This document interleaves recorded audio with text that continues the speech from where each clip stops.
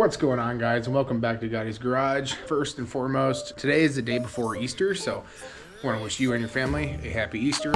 I hope you guys enjoy this weekend together with your family. Today we're in the garage and we're going to talk about the 5.3. It's currently missing heads because they're in the back of the car. I'll show you that here in a second. Before we talk about the 5.3, just to let you know that we do have a vehicle that this 5.3 is going to go into. It's going to be one of those where you look at it, you don't notice anything, but then when you hear it, you notice something, you know? I'm gonna keep it a secret until the day that we go to pick it up. It is already secured. It is already mine. I just have to wait a little bit till my buddy pulls the engine out of it, and then I go grab it. A little history, I've owned this engine for years. About 4 years ago, I made a video where we dropped it off at the machine shop.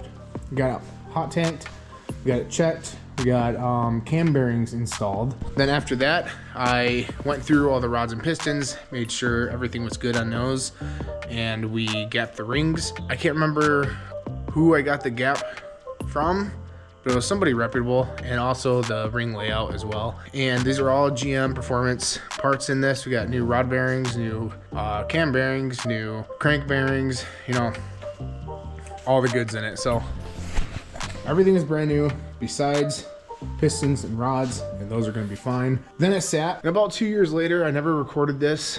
So about 2 years later, we went through and I checked the heads, and the heads are all flat and they're all level.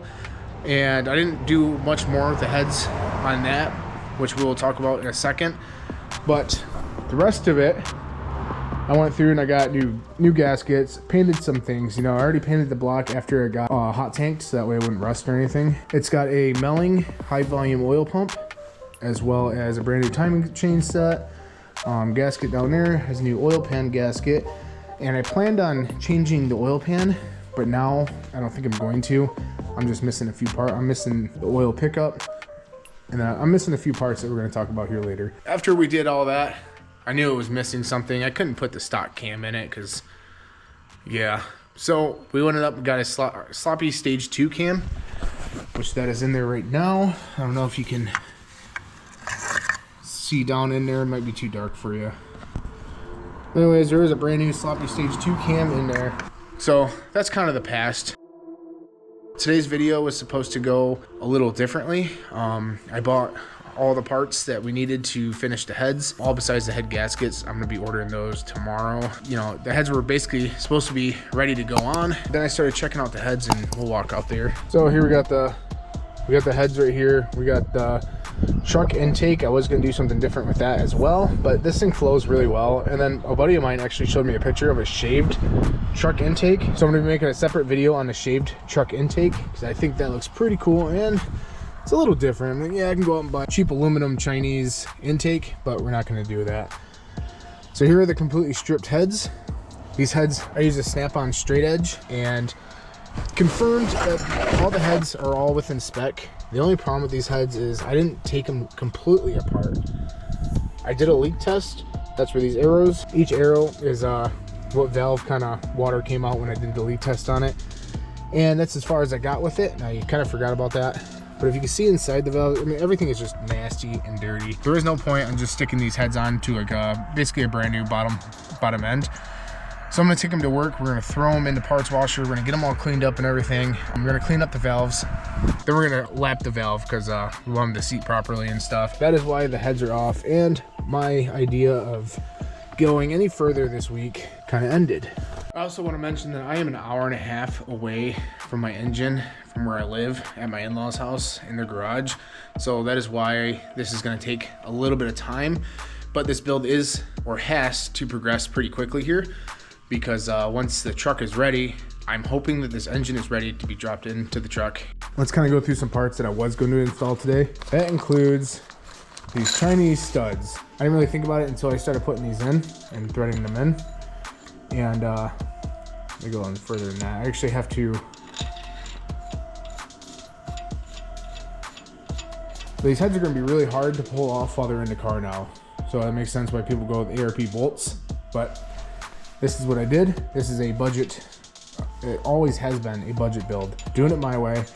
You guys can go ahead and put down in the comments below what you think. And I will consider the things that you say in the comments, but I also know a lot of people who did the budget way and everything worked out just fine for many, many miles. So that's exactly what we're doing with this. So I got some Chinese studs. I know a few people have used them, and then also tons of videos on YouTube and reviews of these actually working quite well. We got some Michigan Motorsports keepers. And I was going to use the original keepers to keep costs down too, except for those are $20. And then the fact that I was missing one. So I actually lost a keeper. Had no idea where it went, so all new keepers it is. Now these are Summit valve stem oil seals. I would not ever reuse those anyways, considering this engine probably had over 200,000 miles on it. I mean, it was in good shape when I got it, but it probably had over 200,000 miles on it, but then it also sat for 4 or 5 years. So we got brand new Summit, valve stem seals. So definitely won't cheap out on that, because that'd be stupid. And then we went ahead and got some comp cam valve springs, and that is to complement the 585 lift that the Sloppy Stage 2 cam has. And this is a 600 lift, but it can be used all the way to a 625 lift. So we have room to move up if we ever wanted to. But these are just simply valve spring. Now, it's been a while since I've seen this engine. It's been just sitting in storage all these years. And when I got to it, to my surprise, we are missing rocker arms. So I have the rocker arm trays, or whatever you want to call them, but I only have 3 rocker arms out of 16. So we were actually going to go to the junkyard and pick up a whole rocker arm assembly, because why not? I know people with boosted 5.3s, 4.8s, 6.0s with boosted engines with the same cam that I got, with the same valve springs that I got, using rocker arms with 300,000+ miles on it, and they're doing great. So we're gonna go ahead and just go get some of these. They're like $10.28 for a whole assembly, so that's per side. Probably, I doubt we'll be able to use this. I don't know, maybe we get like a good cleaning and stuff like that. We can use that. I'm not spoiling what it's going in.